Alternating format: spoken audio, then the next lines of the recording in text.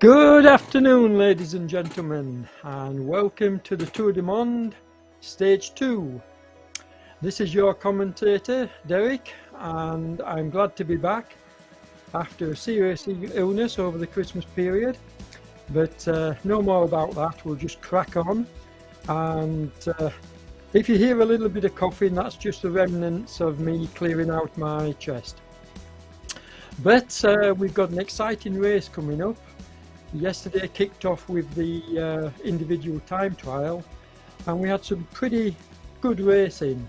What I'm going to do is I'll run through what happened yesterday very quickly with you, so that you know the individual standings, and then we'll move on to I think we've got 90 riders signed up for the third session. We've already had two run-ins of the event today. The first at 1 o'clock European time this morning, and the second was at 7 o'clock European time, which I think is 6 GMT. So I'll give you the results of those two races, and let's have a look and see who's in the driving seat at the moment for this stage 2. And as I say, I'll cover what happened in stage 1 while we're covering the race. There's going to be more than enough opportunity to do that. So let's quickly drop in then and have a look at what happened on stage 2. And our current leader is, I think, is it Troy Tompkinson? No, it's not. I think we had, let's just go back. Troy Tompkinson was first place in the 0100 running of the race. But he was overtaken in the second running, the 0700 running of the race, and he was beaten by a few seconds, well, by 9 seconds to be exact, by Nick Hall from Team TFC. Nick Hall is currently leading the standings with a 1 hour 2 minute 34 second ride and an average watt kilo of 346. So Nick is going to be holding the banner until we start, and we're due to start now. We're just going to the start line. You can clearly see on screen the ride profile, and we start with a bit of a downhill, as you can see, and then a little bit of rolling terrain with a steep short climb until we get into that last third of the race. And you can see it's a long enough climb, I think, to sort out the riders, and I think that's where the break is going to happen. We may well see riders going clear on that first short sharp climb, but I don't think we'll see the real contenders until we get to the final climb, which is about 2/3 distance into the race. We've got some of the big hitters like Sonderberg, Byham and John Beams in this edition. You can see they're underway now. We're looking at an overhead shot, and expect the leaders to more or less form up and form a bit of a group on this first section. It's a slightly downhill slope, but then it levels off, and in fact even goes up. Well, here we go, it's going up now. You can see 1.7%. Goes up slightly higher than that when they hit the orange, but not enough to be significant. We're going to see this large group staying together, I think, for a little while yet, and I don't think it's until we hit that short sharp climb in a few kilometers before we're going to see the big hitters really pull away from the chasers here. I mean, that's the usual scenario that we've seen in these kind of races, but the Tour du Monde, I mean, it's a different animal. It's by far the best series race on RGT, and you see all kinds of tactics coming into play, mostly team tactics, where the teams try and keep their riders up towards the front so that they can help when the action really starts to take place as the group splits up. You can see now the front group has formed up, so I don't know exactly how many riders we've got in this front group. I suspect it's around the 38-40 mark. and anybody not in this front group will not get back on now. So if you're not in the top 40, you're not going to be able to close the gap to this fast moving group.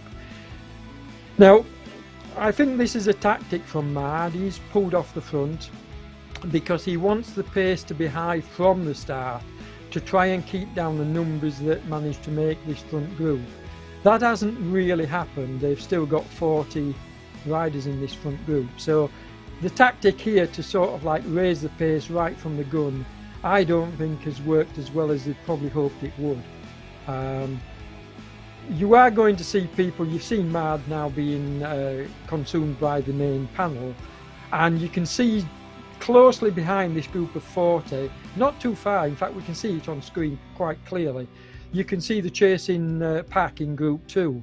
And while I said they won't close the gap, they've got riders that are looking strong enough to pull at least a few of the riders over. I don't think all the ones chasing are going to make the bridge, but I think, yeah, this is pretty good, folks. I didn't expect so many of the riders left behind to be able to close up, but they're working well together.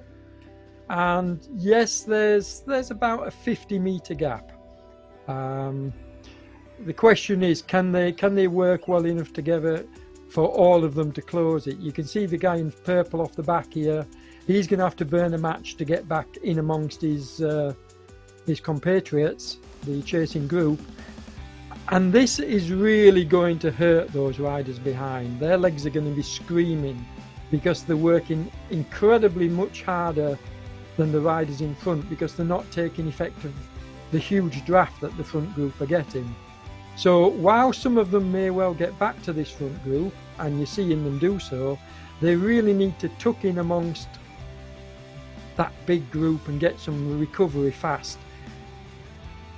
Because I do feel like a lot of these second chasing group are going to be shelled. They're going to have made such a big effort to get back onto the front group. And this is just classic racing tactics. Keep the pace high at the front as a large group, and try and whittle it down by, you know, a series of pushes off the front. And we're going to see that tactic clearly playing out. Now, as I say, please excuse any coughing and spluttering I do, folks. I really have been very ill over this last couple of months, and I'm glad to be back. It's great to be back, but I still have sniffles and the cold.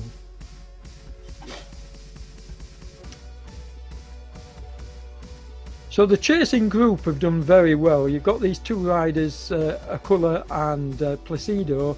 They've dropped to 48, 49, 50. Stuart Hall in 50th here,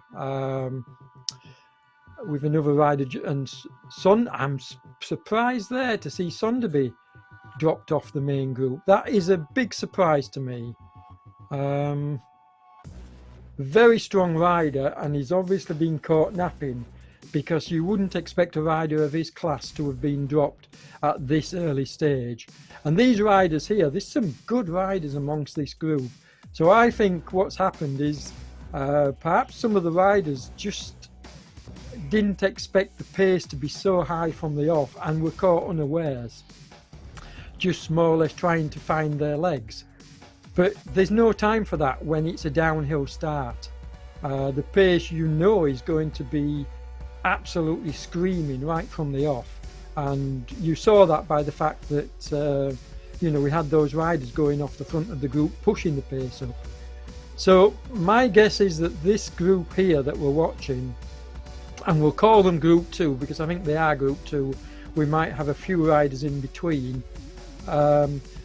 These riders are not going to get back, folks. I'm sorry, but it's just not going to happen.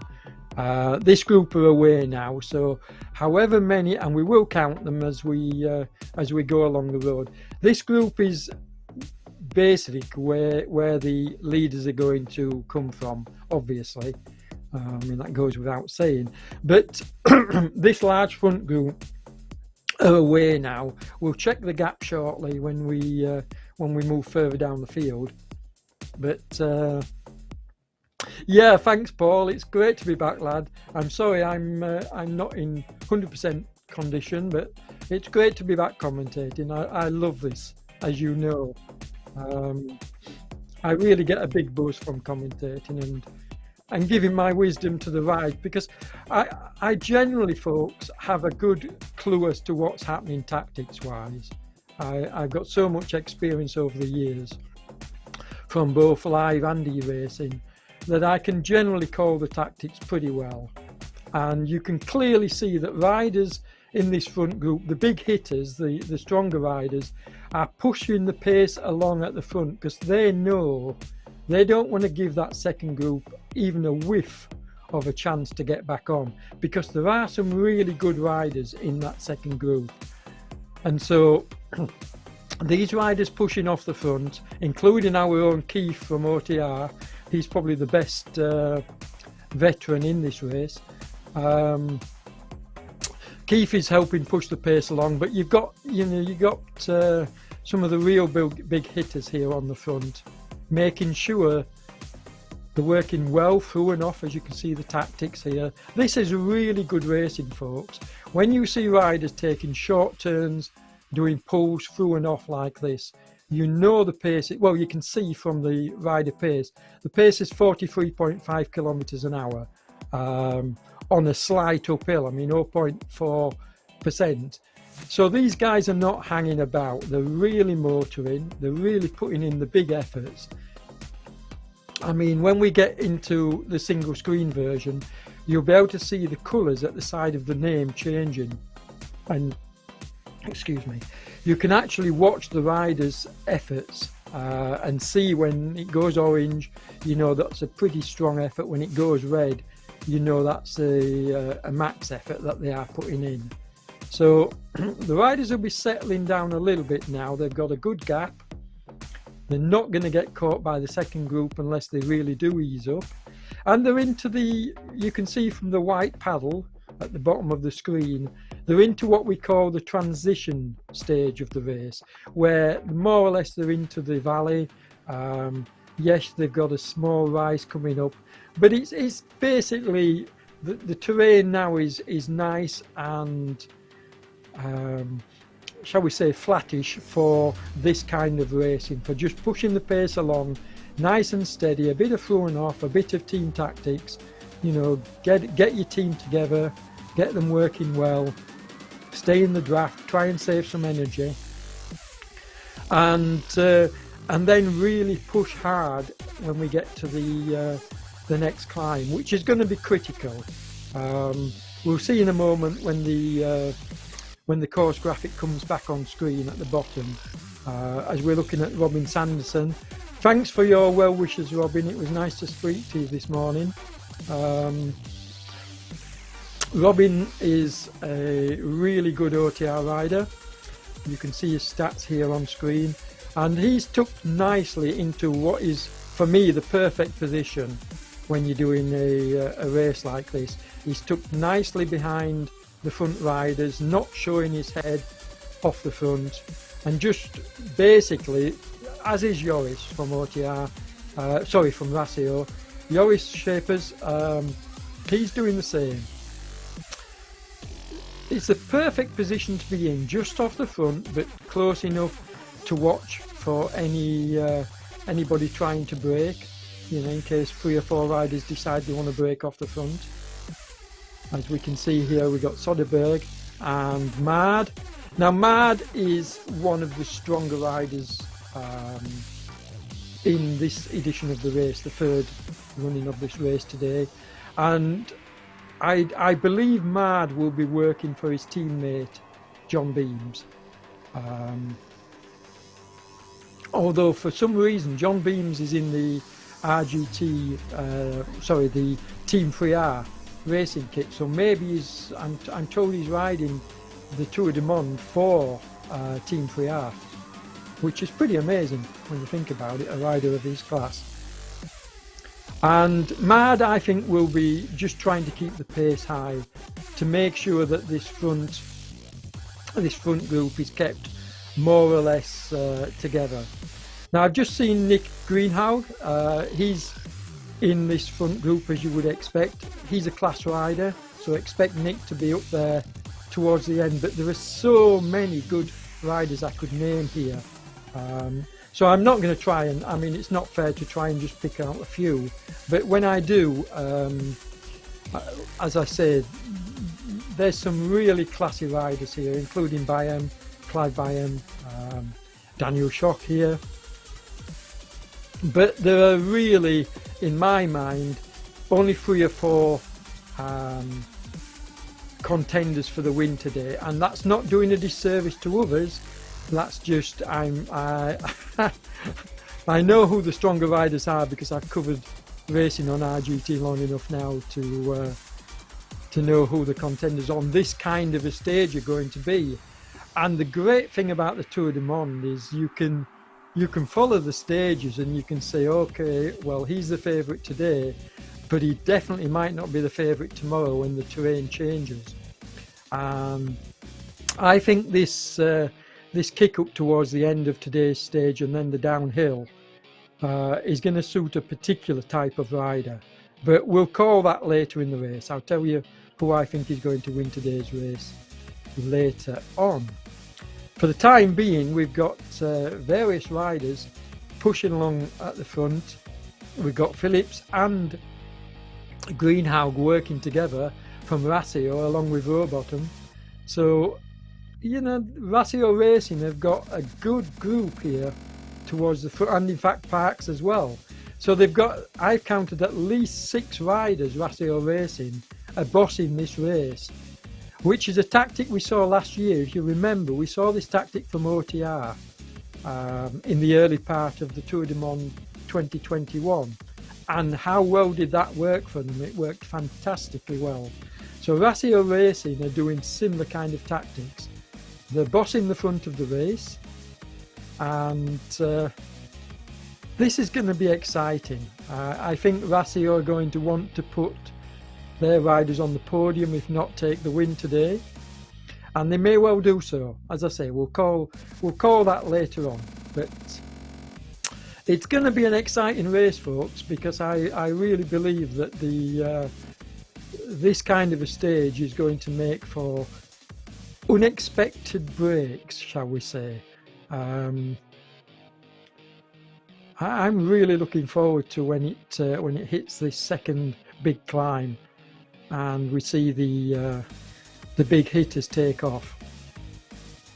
But in the meantime, you can see the main group here, and then we've got a brief look back at a couple of riders behind, including Blackmore from OTR, who's now being joined by a couple more riders from what looks like Team Lou.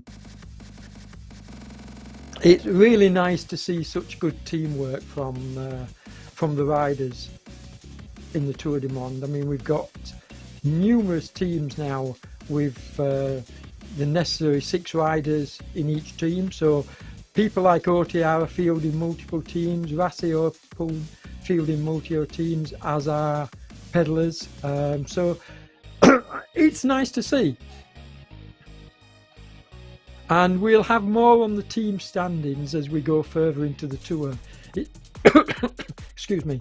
It's early days yet, so we don't really have team standings as of now, but we will produce them for you as we move forward further into the tour. Individual standings, as I say, I'm going to go through those once this race settles down a bit, and I'll do that during, you can clearly see on the profile, once they get over this short sharp climb and onto the plateaus of after the second short climb, I'll then give you the results of day 1. I don't want to break away from the action at the moment, because this is what I expected to see. Somebody like Mard pushing off the front, trying to break up the peloton. And I think he will do it. I think he will pull a few riders off the front of this group. If not on this short climb, then certainly on the next one. Excuse me. And yes, I'm going to have to take a drink of water, so just bear with me a moment, folks.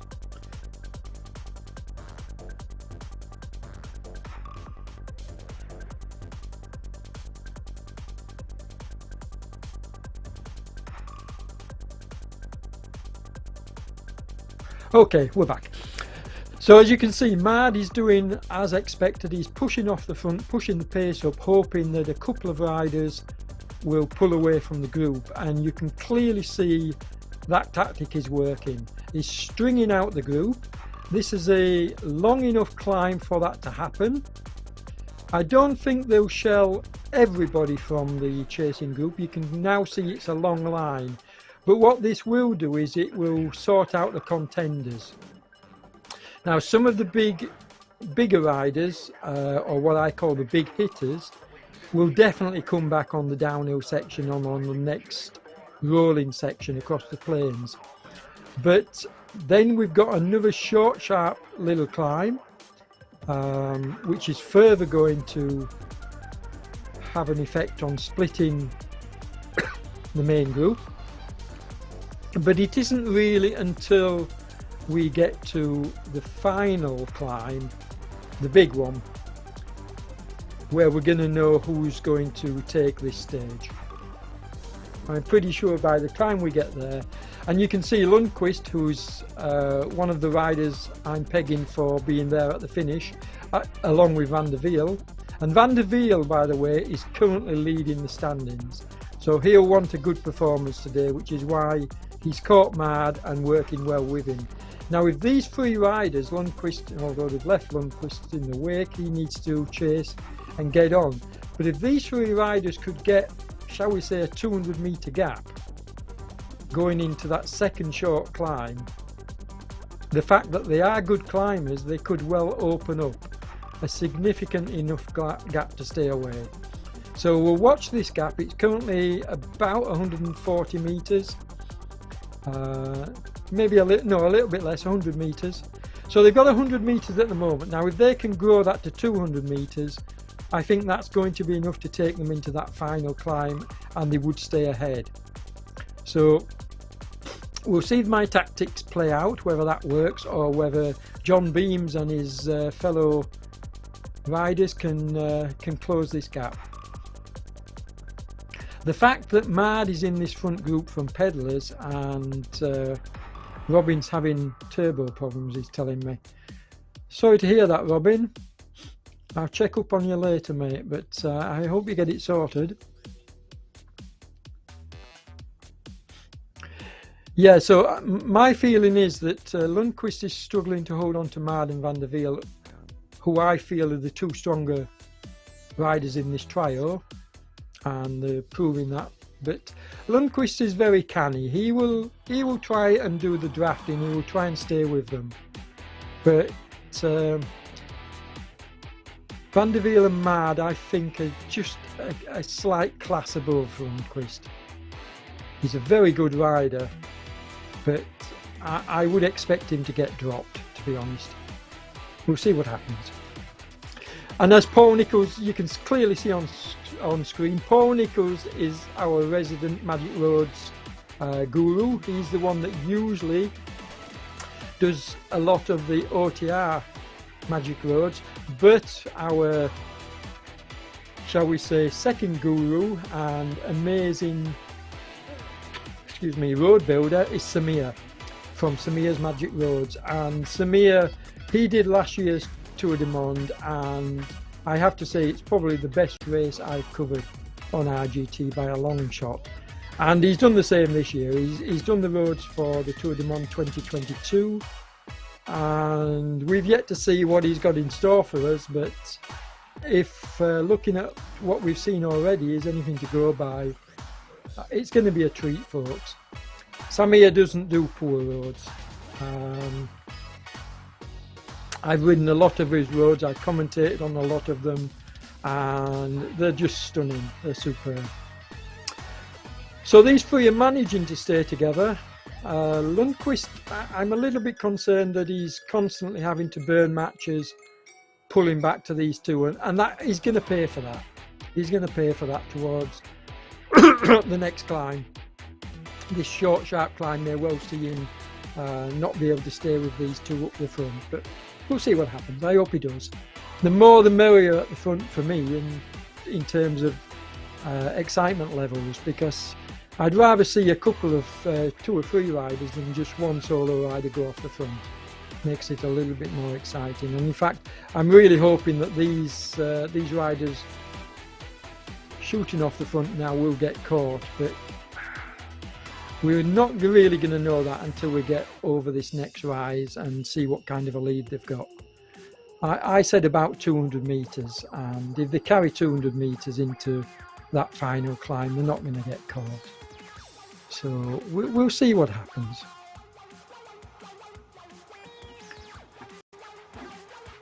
I really enjoy trying to calculate. I mean, John Beams is on his own now in 4th place, and he's closing. So John is putting in a really big effort here to try and close the gap. Now, we saw him do this in races at the end of 2021, where John would put in huge efforts to get back to riders that had broken off the front, but then he really paid for it. But I think John has got A, a little bit fitter, and B, I think he realises, you know, just how much he can afford to expend before we get into the final stages now. He's a little bit more race aware on RGT, having ridden that little bit extra. So expect John to really get his tactics well worked out. He knows what he's doing. He's one of my favourite riders to watch, and I'm really excited to see him coming back to that front group, and hope he does get back on. I think he will. He's definitely got the class to do that. Now, the riders behind, Schock, Verkick and Shapers et al, and Greenhaug, obviously, Rowbottom, most of these are Rasio Racing. You can see there's 1, 2, 3, 4, 5 that I've counted, Rasio Racing riders, just behind John here, 100 metres behind.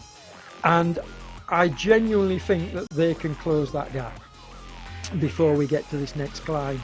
So we could see 10 or 11 riders actually going into that final big climb, and that's going to lead for more excitement, folks. Now, Lundqvist, I said he was not the stronger of these 3 riders, and here he is proving me wrong, going off the front. But I think he'd have been better served working with the 2 riders behind and not going off the front. We'll see whether I'm right, or we'll see whether Lundqvist can take it, but I think he's doing himself a disservice by going off the front here. He'd be much better off working with these 3 riders, working as a foursome, saving some energy, and then if he's got the strength, going later on in the race. Now, he's already proved me wrong by jumping off the front, but we'll see whether he manages to hold it. I don't think he will, and in fact, here we go, these riders are pulling him back very easily. Now, either he's eased up, which I think he has done, and realised, look, I'm not going anywhere, I'm going to work with this team here. And that's what he's got to do. That's common sense. Pushing off the front so far from the finish with such strong riders chasing is just nonsense. And again, forgive me for I'm very forthright, folks, in my commentary. I tend to say it how I see it, and I don't always take into consideration the rider's feeling. So I apologise if I upset anybody when I call out my tactics, but generally I'm usually pretty accurate, so I think I know what I'm talking about. And it's not doing a disservice to any of the riders when I claim that they're maybe the weakest of the group. It's just come from experience of watching riders and how they ride, and knowing when a rider's burning matches. Now, the term burning matches comes from riders having to close small gaps, like you can see Lundqvist doing here, having to close small gaps to get back onto a wheel. We call that burning a match, and you only have so many, as we see them going under the yellow halfway mark. So that's the yellow halfway banner they've just gone under. And Lundqvist has now got back on a wheel, but he burnt a match in doing so. And you only have so many matches in your box to burn. before you actually run out. Now these guys are not that far behind, so could we see a coming together? This is going to be exciting. We're on to the what I call the plain or the valley, the flatter section of the ride now, and we've got a few kilometers of this to go, so we could see a coming back together if this group works well together, but we'll have to wait and see. This is group 3 that we're watching now on the road, with Keith and Van Biz and Sondergaard rather, and others working well together. And then we're working his way further down the field to watch the riders further behind. And generally what we tend to do on the ZMS feeds is we generally tend to watch all the riders coming to the finish. So we usually stay with the racing, unless there are riders that are a long way behind at the end. And then, in fairness to both the commentators and to Damon, who's putting out these live streams, it's not really fair to expect them to stick around, you know, for really long periods of time. If they've got another broadcast, which I know Damon has, Damon's doing another series this evening. So, and I possibly am going to try and ride a little bit of this stage tonight. But to be honest, I was hoping to ride the whole Tour de Monde, various stages, at my own speed, which would be slow. But I don't think I'm even well enough to do that at the moment. So maybe I have to wait a little bit longer before I start thinking about racing again. As we watch riders further back in the field, forming small groups. And that's the correct tactic. Makes no sense on this kind of a course where you've got so much flat terrain to ride as a solo rider, in between riders. Try and get yourself into a small group and stay together. Now it's nice to see our 4 riders are still together, all 4 of them. Lundqvist is doing his part, and Van der Wiel is pushing along the pace on the front. Now, as race leader overall, Van der Wiel obviously may well be the strongest rider of this group, but I think John Beams and Mad and Lundqvist might have something to say about that.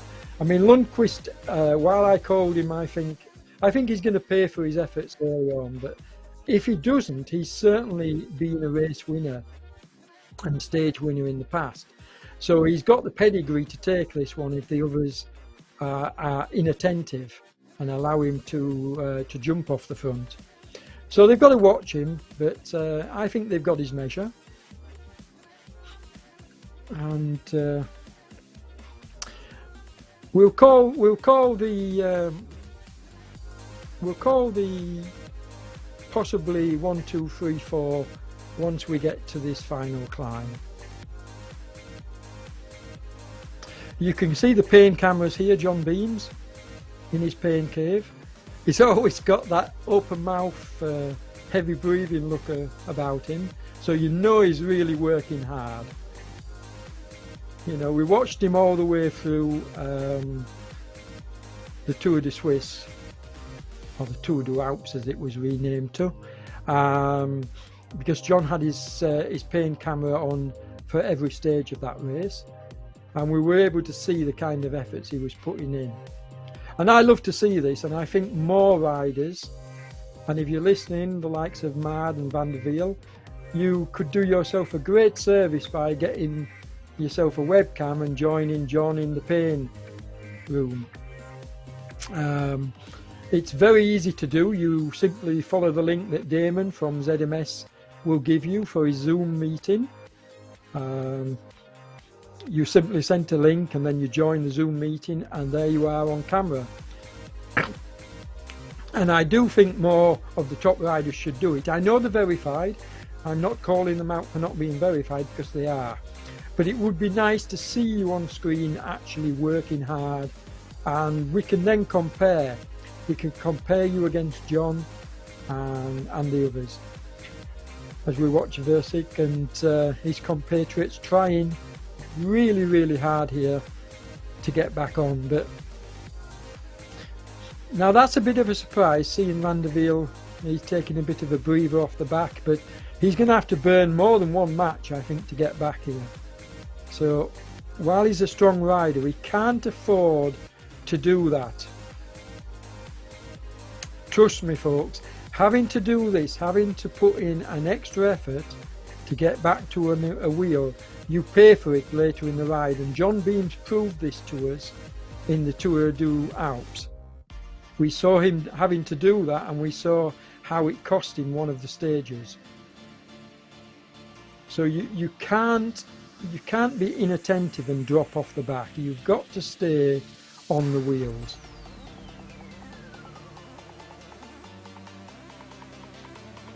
But we're very quickly going to arrive at what I think is going to be the determining point of this race. These four riders, make no mistake now, I was really hoping that Solly, Rowbottom, Shapers and his friends would close the gap. They got it down to about 200 metres, but then because Lundqvist jumped off the front to up the pace, and because then the rest of the guys were chasing and up in the pace, Mad did his turn, I think it was fair to say that they upped the pace and the following riders were unable to match it. And the gap is now growing. It's not only gone up from 200, it's now gone up to 550 metres and is growing. So they're not going to pull these riders back. Even the climbers in Group 2 are not going to pull back significant time on these four riders up the front. So our leader and winner is going to come from these four.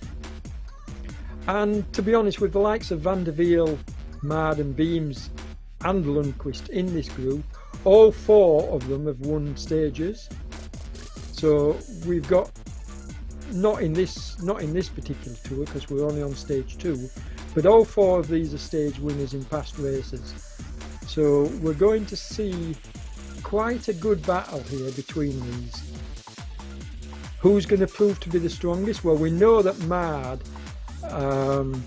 is around about the same level when it comes to the climbs as John. I think that would be fair to say. Van der Wiel, we know he's a very good climber.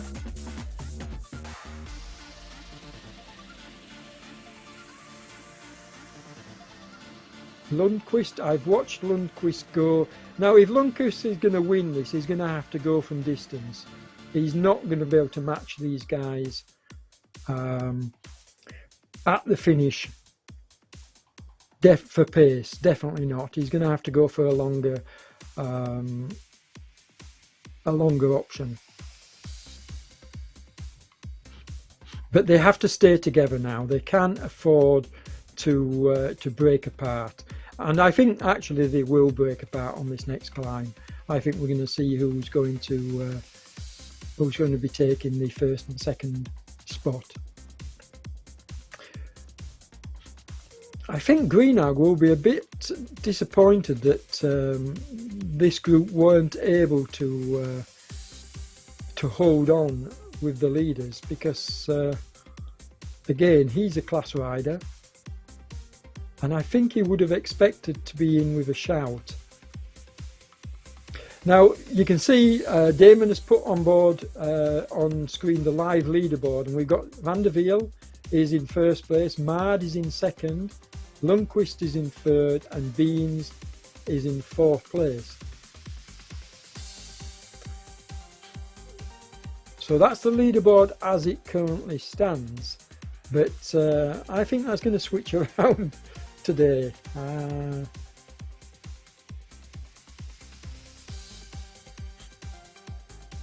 Samut, now he's a good rider. I've covered him quite a few times.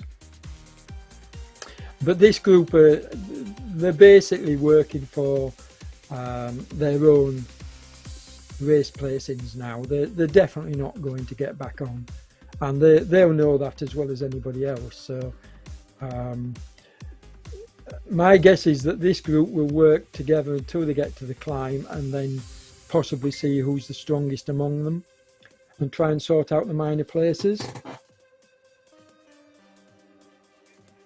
Yeah, Damon's just told me that the live leaderboard is for this race only, of course. So this is how it stands for this race, not for the overall. My apologies there. I was assuming it was, but of course you can clearly see that the positions are changing places with John taking over the lead. But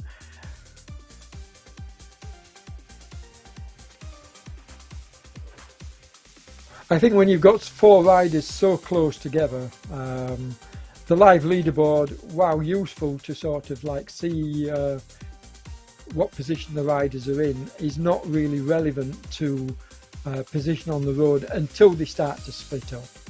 And I think we're going to see them split up further towards the front when we get back to them. But we're watching riders further down the field, which is always a nice thing to do.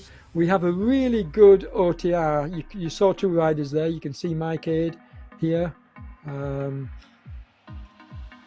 Further back, he's riding on his own, and Mike really, he's 120 meters behind the group in front and 80 meters behind 3 riders behind him. So he needs to join 1 or 2 of those rides.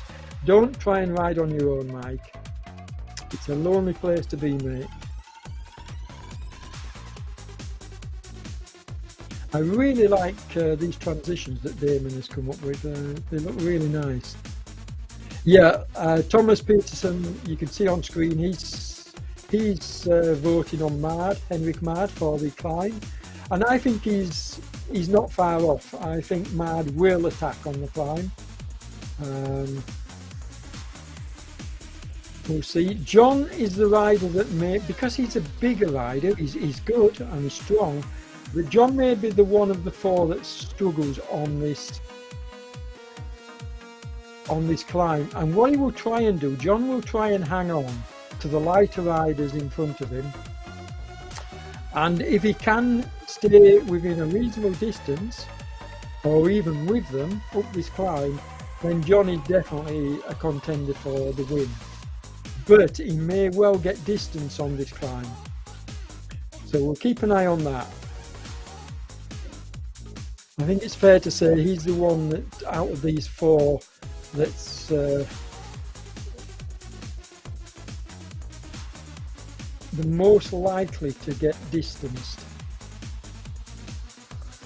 but he's doing a fantastic job of staying with them.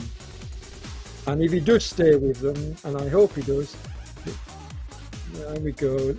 Now we've gone over the first steep section, we've got another steep section. It eases back slightly to around the 5% mark. You can see that happening here, but then it rises up again for a short distance. Here we go, it's starting to rise up again now, as you can see, and it gets pretty steep towards the top of this climb. I think we go over 10%, so yeah, there we go, look, you can see. So this is going to sort them out a little bit. There's the over 10% I was telling you about. Now it's happening quickly as I'm calling it, but I've had the pleasure of being able to look at the profiles prior to the race. I always try and do a little bit of homework, folks, so that I get a good feel for what's going to happen in my commentary. And you can see here it's getting steeper towards the end of the climb, as I mentioned, and it does kick up a little bit. So John is doing fantastically well hanging on here. Lundqvist is really riding well, but he is a good climber. John's in pain, as you can see.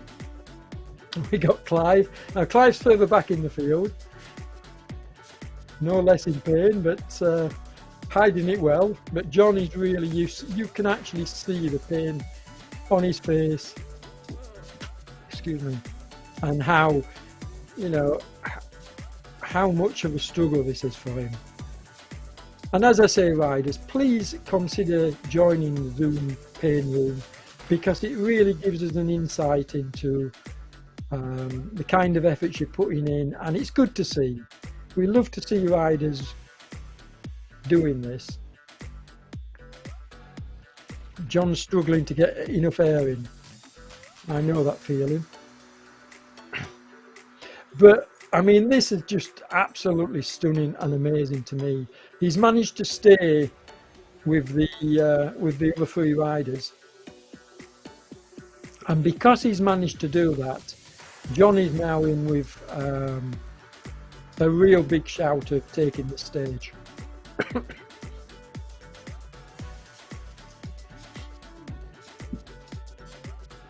The question is,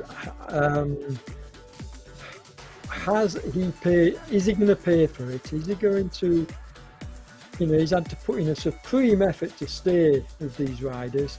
Are they all going to be together to the finish? There's a short, sharp climb just towards the end, and my feeling is that won't suit John. I do think that he'll catch the two riders in front along with Mard, so I think the four will come back together. But I think that short, sharp kick at the end of this stage, and when we get back to seeing the profile, you'll see what I mean. There you go. So look at the very, very end of the profile. You can see that red section, and it's only very short. It's only probably less than a kilometre, but that's going to be enough for the true specialists to kick on and get a gap. And I do believe John will get dropped there. And I'm sad to say that, because I'd love to see John take this stage, but I don't think he will. I think they'll get back to these two riders in front on this section, so they'll come back together, but I don't think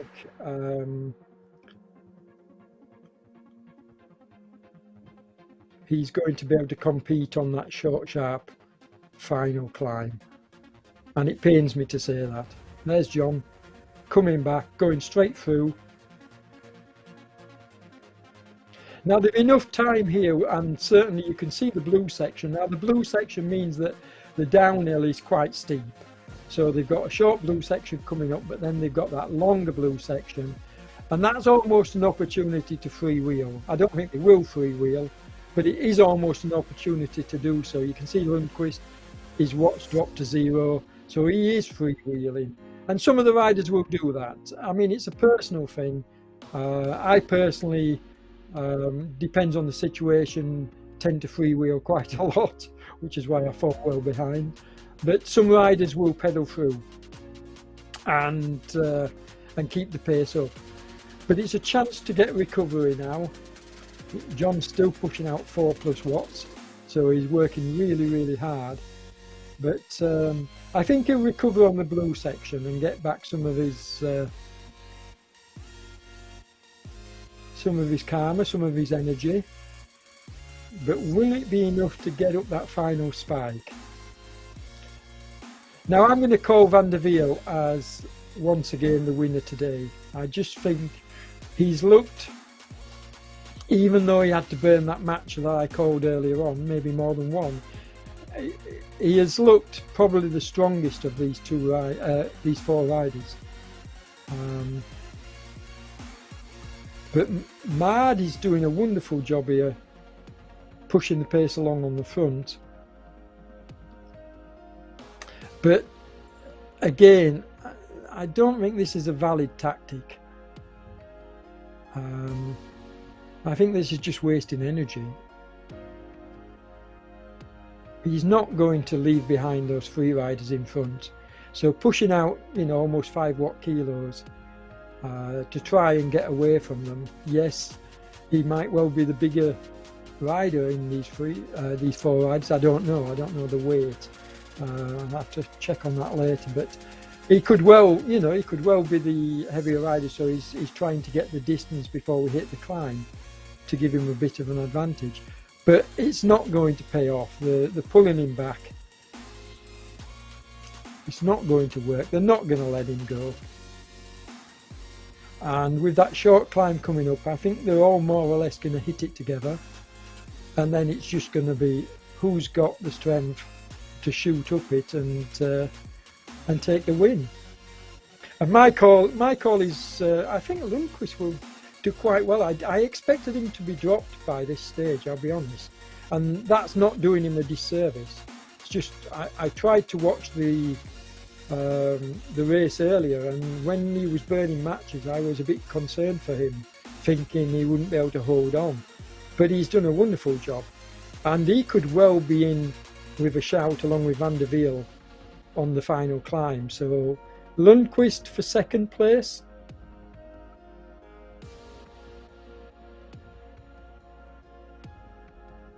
I mean, Mad is doing really well at holding him off out at the front here with John behind, but it's not. I don't see it happening. I don't see it working. If Mad does take a 100-meter gap into the final climb, then yes, there's no reason why, because it's such a short, sharp one, there's no reason why he couldn't scream over the top. But I don't think he'll have 100 meters by the time we get to the climb. Yeah, as Christoph Contant says, splendid, Henrik. And this is nice to see. It's great to see riders prepared to go for it. I mean, Henrik knows what he's doing here. He knows that, you know, if this doesn't come off, he's probably going to finish towards the end of these four riders at the end of the stage. So this has to come off for him. Now, another scenario is if John Beams joined him, but that's not going to happen. What I was going to say is if John Beams joined him and they were able to get a gap, but that's not going to happen because you can see Van der Wiel and Lundqvist have now closed up on John, who's closed up on Mad. So my prediction that it's all going to come together towards the bottom of the climb is going to, I think, prove true. All these four riders are going to be together. And they're going to approach the bottom of that climb together, and then it's just going to be an all-out what's everybody got left. Exciting racing, folks. I'm enjoying this. Hope you are too. And we'll see how close my predictions are. I've got a pretty good track record at the moment during the tours. Whoa, look at that. These riders are trying to sort out their positions and placings, because obviously they're fighting for 5th, 6th, 7th, 8th, 9th and 10th, these riders. That's how many you've got in this group. So we've got 5th to 10th place battling it out here. And this is going to be an exciting race as well. Make no mistake, just because the leaders are broken clear and we know that these riders are not going to contest the win, doesn't mean there's not going to be excitement in the placings lower down the field. And in fact, some of my better commentary has been on the minor placings races because they've been more exciting, quite frankly. While I enjoy commentating on riders that have got the strength and courage to break free and take solo wins, this is the kind of racing I enjoy the most. The fighting it out amongst individual type racing, like we've got between the first four and then these following six. I love this style of racing. It's always nice to see a strong solo rider, but it's even nicer to see a strong group approaching the finish. And who's your money on out of these riders? Well, we'll come back to that later. We'll analyse this group a little bit later. We're going to be going back to the front group, I'm sure, pretty soon, because that's bound to be getting exciting. Yeah, here we go. Now you can see that they're putting in above threshold efforts here to try and sort it out before we get to that final kick. Van der Wiel, look, is going well into the red, followed by Lundqvist well into the red, followed by Mard well into the red, and John is the only one that's sort of like not in the red there, but he's been gapped. Now, I said this would happen. I didn't expect it to happen at this stage. I did expect it to happen on the kicker. John might get back to them for the beginning of the kicker climb at the end, but he's not going to be able to compete. And he won't mind me saying that. He's a slightly bigger rider. As you can see, he's a tall fellow. And he's more of a great all-rounder than a true climber. So the climbers are going to have the advantage here, as it's proving to be the case, as we go under the 1 kilometre to go banner. So this final kicker was less than a kilometre, as I said, and Van der Wiel is now making his break. And he's made his break just before the climb, but here we go. Now on this climb, expect to see his figures going well into the red once he actually hits the climb proper. And this climb goes to well above the 10% margin. You see the gradient pick up and increase, but Van der Wiel has pulled clear. Lundqvist currently in second with Mard in third. Now this is the order that I called it. Let's see whether this is the order that it finishes or whether Mard can actually overtake Lundqvist. But and I'm not going to say I told you so, folks, but it just I'm usually pretty good at calling the tactics, and it looks like this time, with only 350 meters to go, I got it right. The question is, can Mard and Lundqvist fight it out? Because John's gonna have to settle for fourth place. And I say settle, that's maybe a bit of an unkind word, but John won't mind me saying, I don't think he would have expected to compete at the end of this kind of a stage with that short, sharp kicker. He'd know as well as anybody else his goal was to try and stay with them, but that he wouldn't be in with a shout at the end, if he's honest to himself, and I'm sure John is.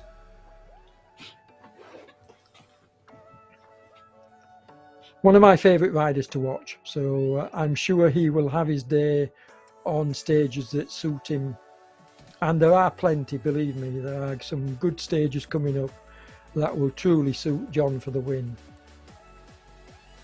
Van der Wiel is a good climber, but he's also a good all-round rider.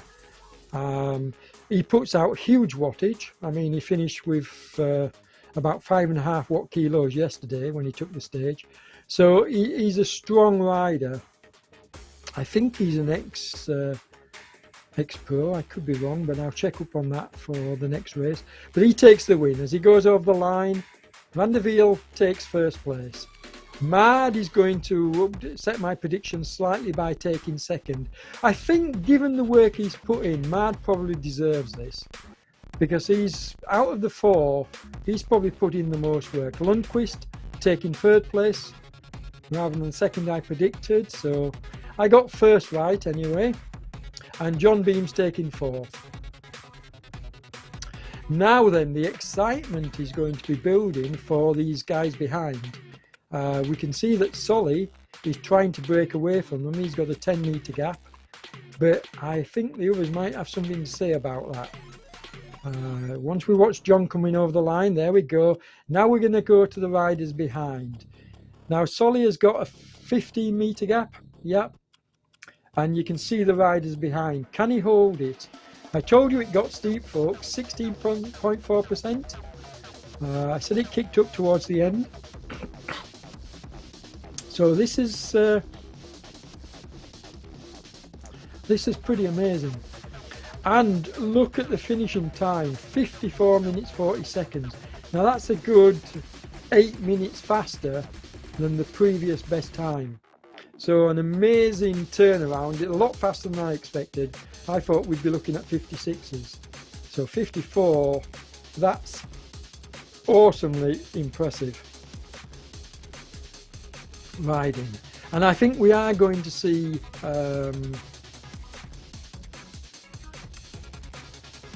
what we are, Solly taking 5th place. He's not going to get caught now. He's managed to hold his 15-metre gap.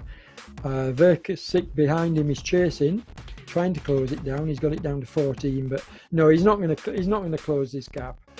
As we watch Solly come over and take 5th place.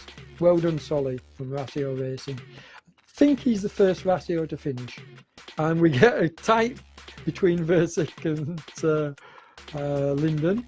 So I think Linden just got it. Shapers, and then Greenhow coming over the line. Yep, and then Daniel Shock, our OTR guy. Well done, Daniel. Isifor from Moonriders.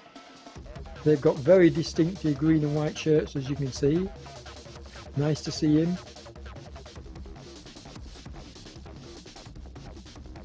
And then we've got Samuk coming over from Poco. He's wearing the, I think he's wearing the GB jersey. And Stevens, Vesper. So we've got a lot of riders coming close together here. But this was the racing group, if you remember. Sondergaard, Keith, senior veteran, coming in. Good ride from Keith. Rowbottom from Rasio, another good ride. Peter Brookrival from OTR, my teammate, another good ride. Well done, folks. Olsen, the Dane. Now, I've seen Olsen putting in some really good performances previously, so it's nice to see him going into the red to finish here. As we watch John and Clive's still on the road, obviously. We haven't seen Clive coming in yet, but he'll just be trying to keep it going. John Beams, you could see sitting up there, having done his warm down. As we watch 19th place Olsen coming over the line. Now we should have quite a few riders close together, between the 20s and 30s, I'm hoping. As you can clearly see now, the top 10 on the screen. Now we've got 3R riders coming over, Tobin and Newton. It's nice to see 3R putting in team members into this tour. They had a very poor turnout in the previous tour, the Tour du Alps. So to see them in force in the Tour du Monde. Now this is another one of my favourite riders, Van Bers. A little bit surprised to see that he got dropped away from the main groups, but Van Bers, again, slightly larger rider, won't mind me saying that. He will have his day, believe me. He's a class rider, and my guess is the hills did it for Van Bers, and he will have his day when it comes onto the more rolling sections. Now here we're watching Roy, Rocket Roy Neild. Now Rocket Roy has a webcam. We've seen him doing it in previous editions. So if you're listening to me, Rocket Roy, get that webcam and get in the Zoom room. Parks from Rasio Racing coming over. We just saw a Okolo prior to him coming over the line. So Rasio Racing has a really good turnout in this race, which is nice to see.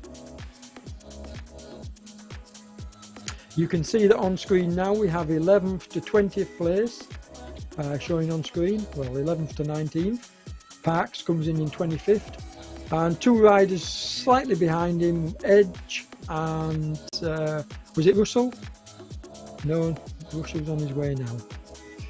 I can't call every name, folks. You can clearly see them yourselves on screen. So because they're arriving so quickly, one after the other at times.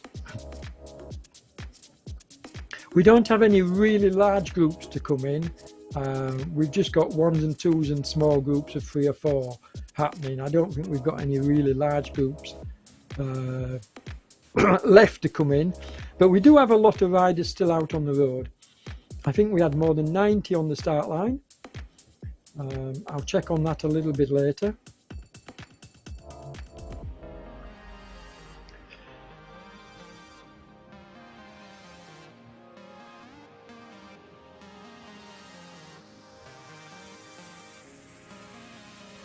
And all these riders are still managing to come in below the, well, the top 24 anyway, were able to come in below the 1 hour mark, which is quite impressive. Didn't expect so many riders to crack the 1 hour mark. Soderbergh, another good rider who I think we'll see more of on the more rolling, flatter sections. We've covered him quite extensively in the past. Fuan, I've seen him a few times. And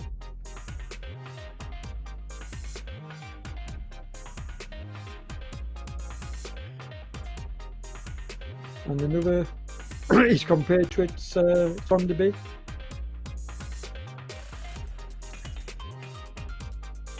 I once covered a race where the Danes were by far and away the majority of the riders in the race, and it wasn't a Danish race, so they do turn out in force, which is really nice to see. And I think We Bicycle is coming in, but then we've got our own Mike Aid from OTR. Now Mike rode a lot of this, there he is, all on his own, look, and he rode a lot of this race on his own in what we call no man's land, between groups. And something which I would have tried to have joined up with other riders on the road, but maybe Mike, you know, he likes riding on his own. It's hard work though, when you have to, you know, when you're not taking advantage of drafting, or you're not, you don't have teammates or other riders around you. I think it's a lot harder. So kudos to Mike for doing that. And then behind Mike, we have the second webcam that we saw. We have Clive Byham. Now Clive is well known for doing that ridiculous challenge he did. Here he is, Big Clive, won't mind me calling him that. Nice fella. I read his story, I followed him during his challenge, and yeah, it's a rider I like to see. And look, he's putting in the effort here to finish. Well done, Clive. Go, mate, go. Nearly there, fella, nearly there. Here he is. Look, he's out of the saddle, trying to just get that last place. Look, he's just trying to catch Sorensen. Can he do it? Can he catch Sorensen before? No, Sorensen's going to take him. Oh, he'll be a bit disappointed with that, but I'm sure Clive is happy with his placing. He's done a good ride. Look at the effort. Yeah, well done, mate.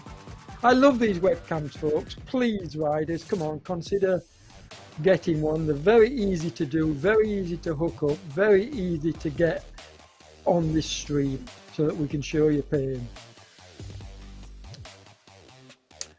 So watch the Who from the Netherlands, which is currently where I'm at broadcasting from.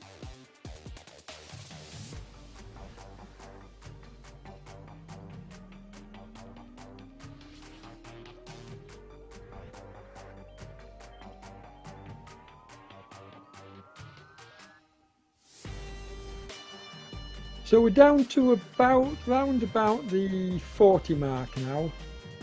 We've had 40 riders coming in. You can see the top 30 on screen. There's a little bit of lag between getting the rider's position over the line and actually putting the riders on screen, but we will show all the results. 1 to 90 I think we've got today.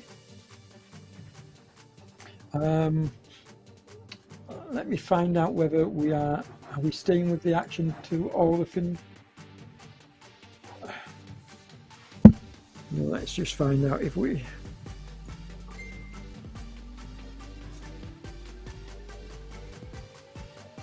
Because I've no way of knowing at this.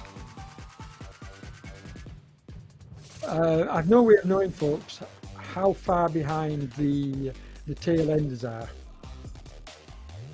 And as I say, I do know that Damon is working this evening. I'm hoping to come back on, probably do a broadcast of the evening session. Although I may try and ride some of it, if not all of it. So we'll see. I don't feel particularly well enough, but I will only be turning the pedals if I do decide to ride, or I could just commentate on it, see how I feel. It's just great to be back. It's been a long road for me.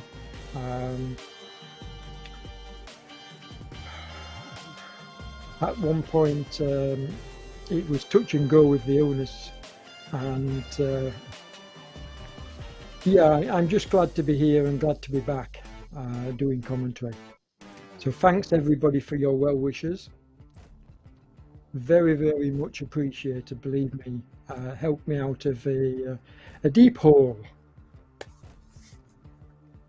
I love doing this. I've been involved in cycling for more years than I care to remember, and because of that, I'm in love with the sport, and I try to give something back. And when Damon asked me to help out with the broadcast, that was my way, well, one of the ways of doing so. But watch out later in the year, because I will actually be running my own event on RGT. More about that in the coming weeks. Yep, OTR with another great performance, Paul. But what else would you expect? You know, class team. But now we get to watch the pain of the latter riders coming in. And yes, thanks Daniel. Where were you today?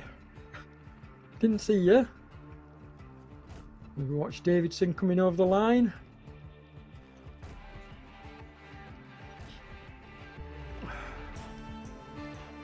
Reuter. Now, I don't know, was that other rider, was he? Caroline Reuter, she's a class rider. I think this is Neil Gordon coming in. Nick Gordon. My apologies, Nick. Yeah, I've got a very poor memory, folks, when it comes to names. I never forget a face, but when it comes to names, I struggle. So if I haven't got them written down, which at the moment I haven't, I generally don't remember, unless they're regulars. Adrian and Gordon smashing it for OTR. Yeah. Well, class riders, Paul. Well, no, you can't just pick out a couple of riders. To be fair, you know, the fact that OTR are not only putting on this event, but coming out in force, you have to admire. I mean, they're just, I think it's fabulous that not only can OTR put on the best events on RGT, but we also can put out teams in force. So what we're looking at there, we're looking at 11 kilometers for the bot ZMS and 9 kilometers for. So we're going to be sat here for quite a while, folks. We've got a lot of riders to come in. Now I'm prepared to sit here because, as I say, if I'm coming back, it's going to be in the evening session later on this evening. I know Damon is working later. I don't know what time, so but he can go off and get himself a cup of tea while I handle the commentary of into the finish or whatever.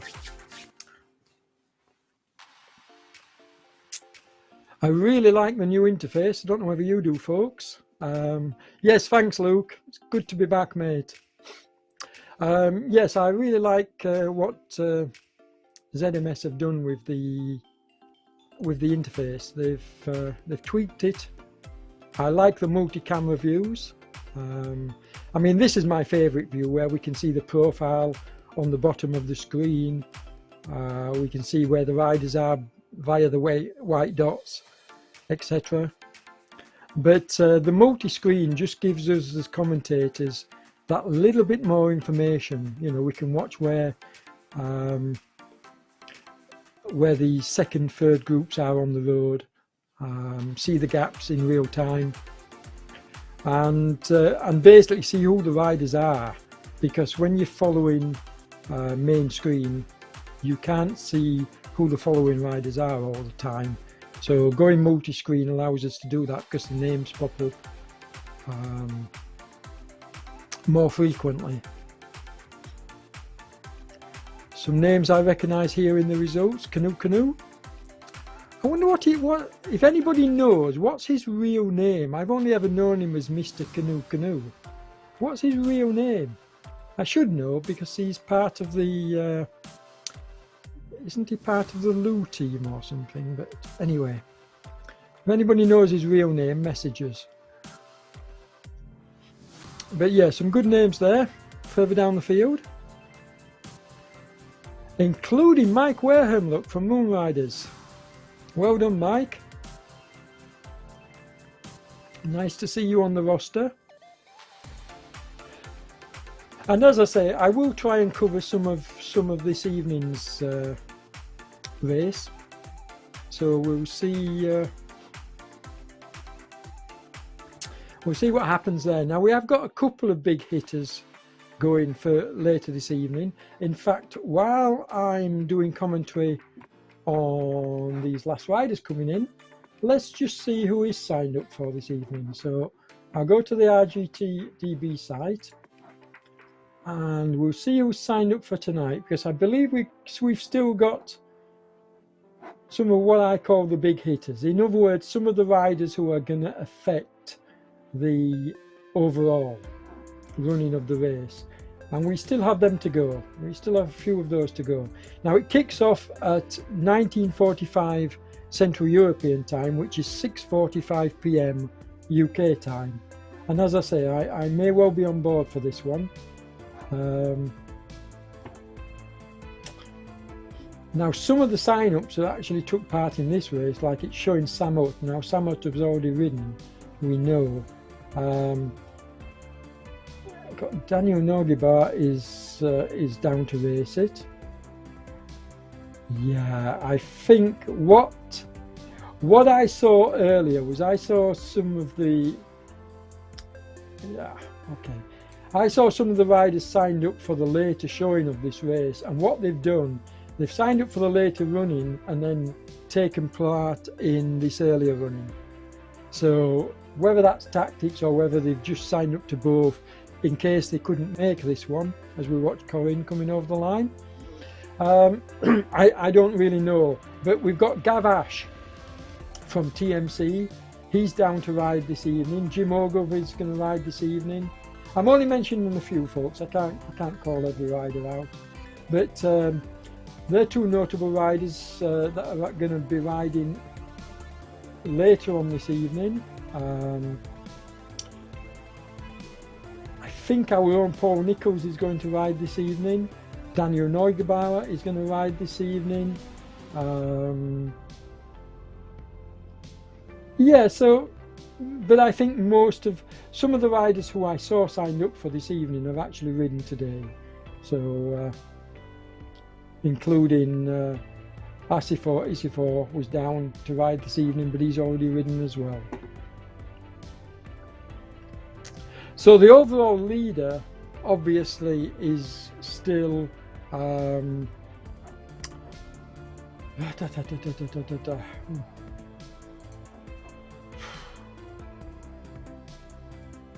der Wiel, of course.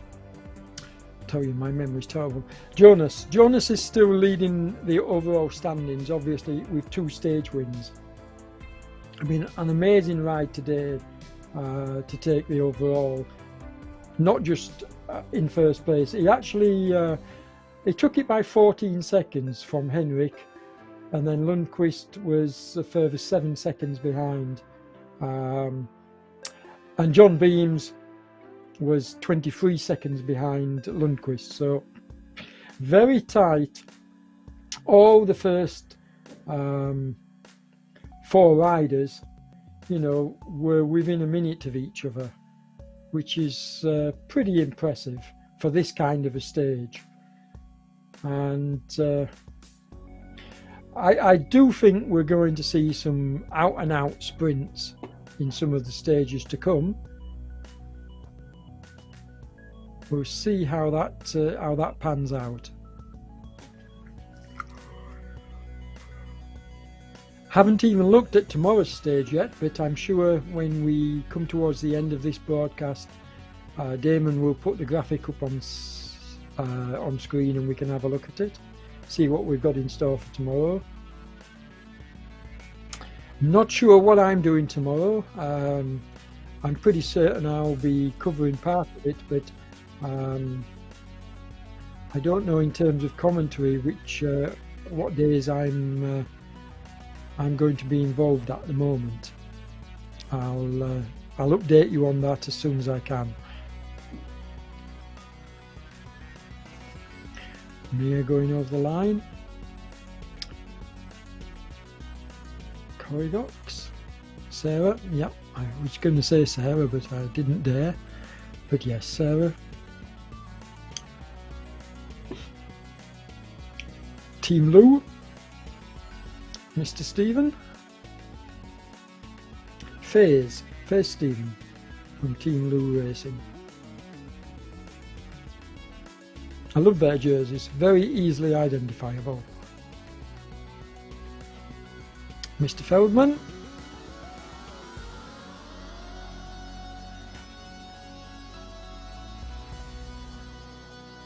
Going into the red, as you can see, to finish. It's a bit cruel having an 11.4% slope, like, you know, 80 metres from the finish, but hey, we got used to that with Paul Nicholls, and it seems Samir is cut from the same cloth. Paul Nicholls actually got the nickname Cruella because of his the cruel routes he was putting us through during the Tour de Alps. He doesn't do easy, and it looks like Samir's taken a page from his book. Although I think Samir has been at it for a little bit longer than Paul. Could be wrong. Now we've already seen, as we're watching Stephen Selman, now he's coming towards the finish, so we're almost finished here, folks. I didn't realise we were so close to the finish, but obviously I was looking at the ZMS cameras, and of course they don't ride the full course. So my mistake, we're not going to be hanging around that much longer, only a few more minutes. But we've got Del Vesio here, and we think he's the Lantern Rouge with 6 kilometres to go. So yeah, maybe another 10 minutes or so. And I don't mind hanging around. I love to see the tail enders coming in. What I am pleased to see is that one of the previous superstars of the Tour de Alps was Anne Y. Now, why do I call her one of the superstars? Well, Anne was Lantern Rouge in the Tour, and yet finished every single stage. And some of those stages, folks, took the leaders 2 hours and took the Lantern Rouges, like Anne, 4 hours to complete. Now imagine that, 4 hours on a bike, on your trainer, indoors. I mean, just absolutely amazing, which is why we decided to have a special prize for any rider that stuck it out to the end, and Anne took the prize. It was coincidental, actually, that not only was she the last rider on the road, but she won the prize for the rider finishing all the stages, and she well deserved it for sticking it out. I mean, 4 hours when the leaders finished 2 hours in front of you, that's commitment, and really nice to see. And I think we're going to get to see, are we going to get to see Anne coming in? It would be nice to see her crossing the line. So if we can switch back to the front of the race, please, Damon. And watch Anne coming over the line. She's only got 70 metres to finish. I mean, obviously we've got the results of 61 to 90 on the screen now. The latter three places, 88, 89 and 90, still to be filled. So we're going to have them on screen very shortly. And in fact, we've got 92 riders. So my 90 signed up were joined by 2 more.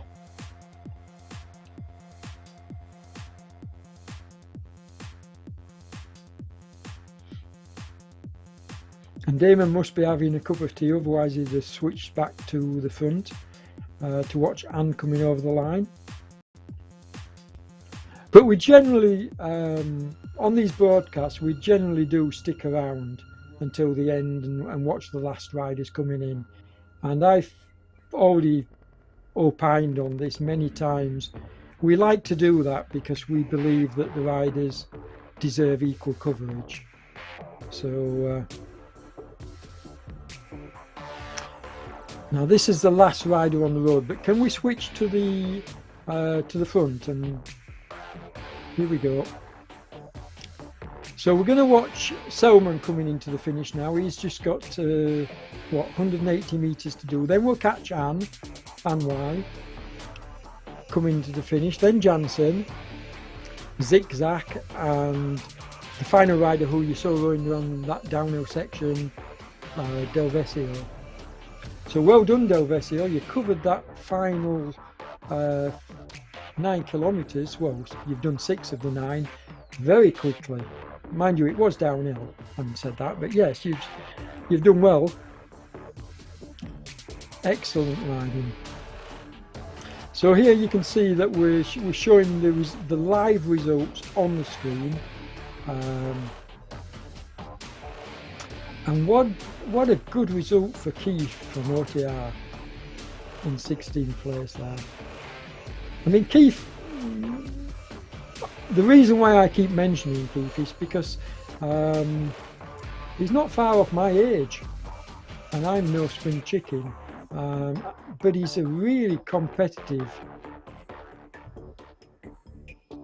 veteran rider, and I'm always watching out for him whenever I'm commentating or taking part in events myself. I wish I was half as good as he is.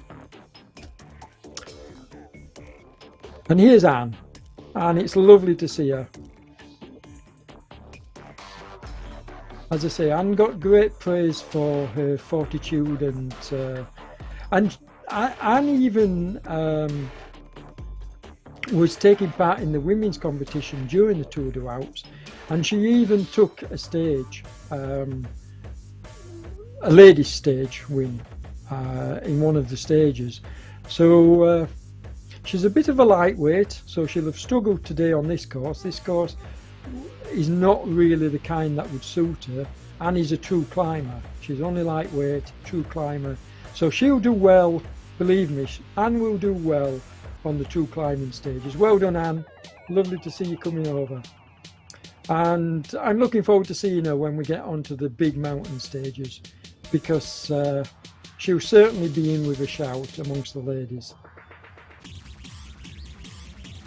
I don't know, in fact that's something which I will try and find out, whether we're going to have, I'll ask my my boss James Ogilvie, whether we're going to have a separate ladies prize and category for this tour. I assume we will have. We shall see, because I know there's you know, I'm not putting words in anybody's mouths, but there is team prizes. There's a lot to do. Believe you me, James deserves a bloody medal for the way he sorts all this out. So I'm not saying there will be, but it would be nice if we do get a separate ladies category and prize. But I'll also mention, as we're watching these last few riders coming in, there are spot prizes given away every day by the sponsors, and the sponsors deserve a shout out for sponsoring this race. they donate one prize, which is, I think, is it Keith Aitchison does the wheel of the spinning wheel, where we have the spinning wheel and then give away the prizes. Now I cover this in my news sections, my OTR news room sections, during the Tour des Alpes, but because I've been ill and been away for so long, I've sort of like lost touch, and I'm ashamed to say I don't even know, I haven't had a chance to catch up on who all the sponsors are of this tour. But you can see one of the sponsors there is Palo Valley at the 200 metre mark, and they sponsored the Tour des Alpes, the Tour de Suisse, which we renamed, so they've come back on board for us. I know Torm Cycle Clothing are definitely one of the sponsors for this event, as they were last year. And who else have we got? We've got about six sponsors as we watch Palo Valley. And sometimes, you know, we may well have multiple sponsors on one stage. So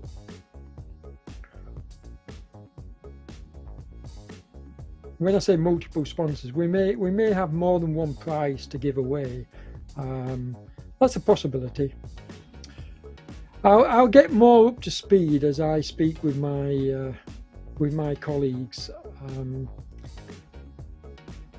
during the tour and as I continue my coverage. But this is my first day back. This is my first broadcast in a couple of months, and it's been hard work, folks, even getting to this point. So you'll have to forgive me if I haven't done my homework and managed to catch up yet. But it seems, I would guess that, judging by the number of banners, Palo Valley are going to be the sponsors of today's stage. I think I can safely say that. And so the prize will probably be announced later by Keith. It will be done online. Yeah. And Damon's just agreeing with me that sponsors are shown on the banners. So yeah. And obviously we will call out the sponsors, and my own web feed, my own broadcasting will have the sponsors appearing up on screen at certain times during each broadcast as well. That's something which I do automatically. I get the icons and then I put them on screen. So we will do that. Now we've just got two more riders to come in, Zigzag and Delvesio from the States. So here's the German Zigzag. I'm guessing the A stands for Andreas. Could I be right? I don't know this rider. I don't think I've covered him before. New one on me. I think I'd remember a name like Zigzag even with my terrible memory. But I don't know if we've got any data on him.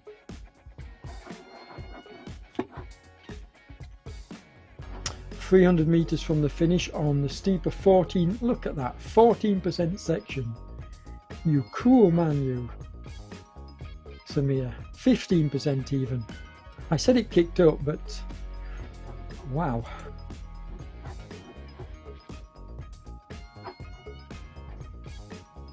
Let's see if we can find him.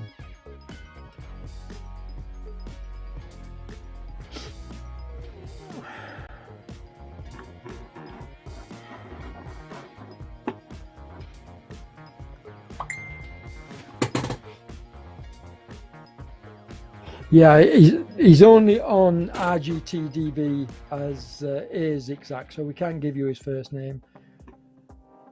I'm going to go with Andreas.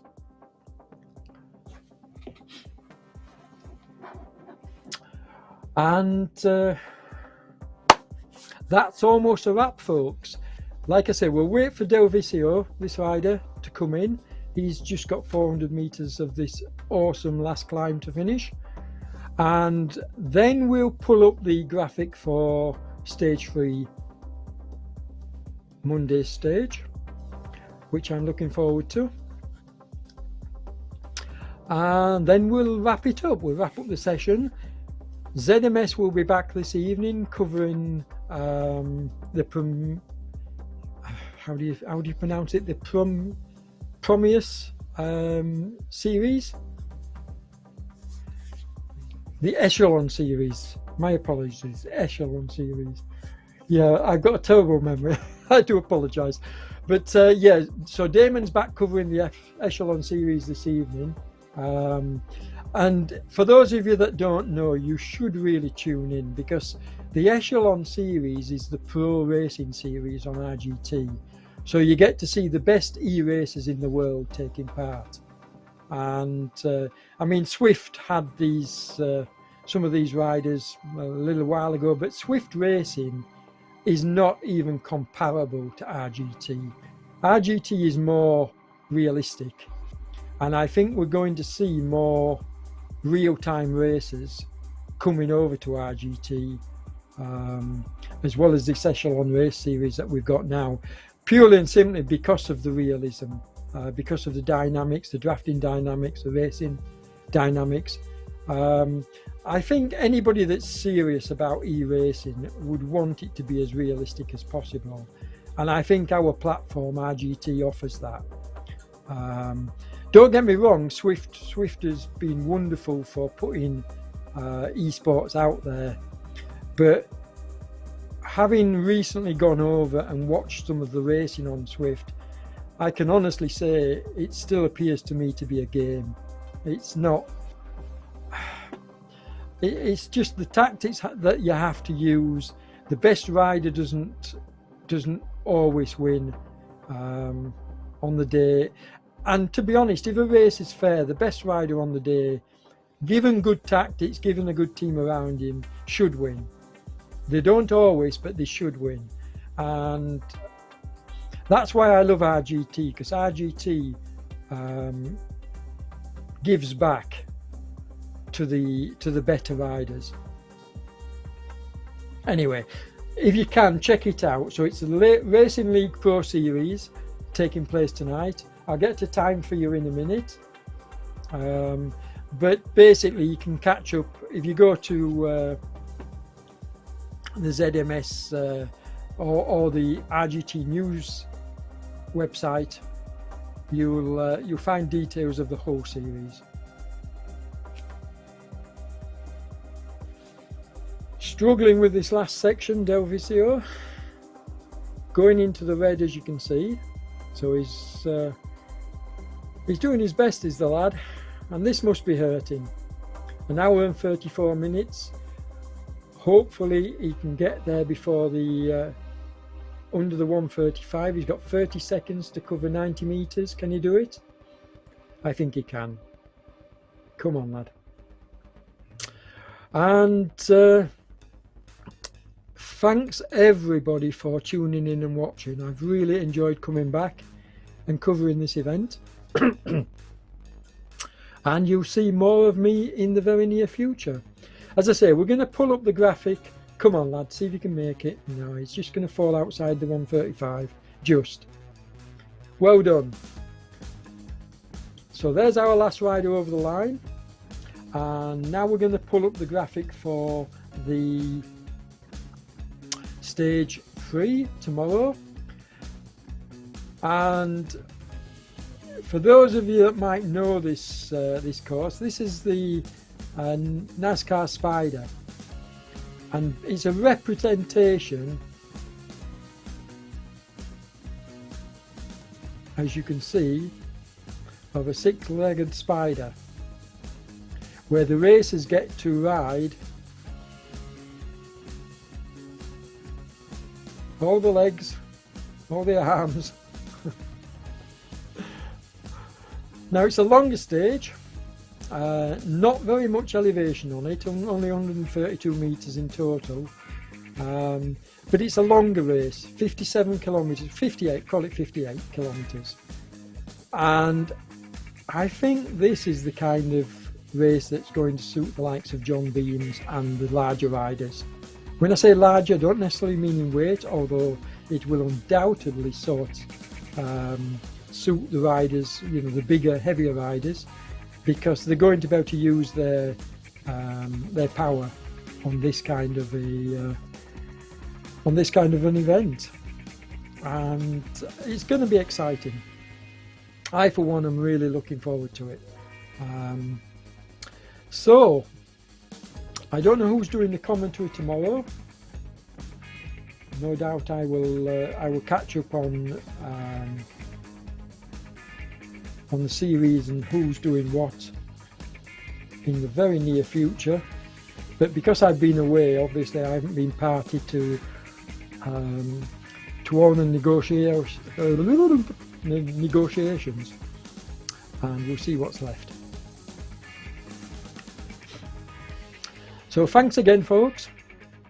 Take care, stay safe, and we'll catch you in the next one. Bye for now.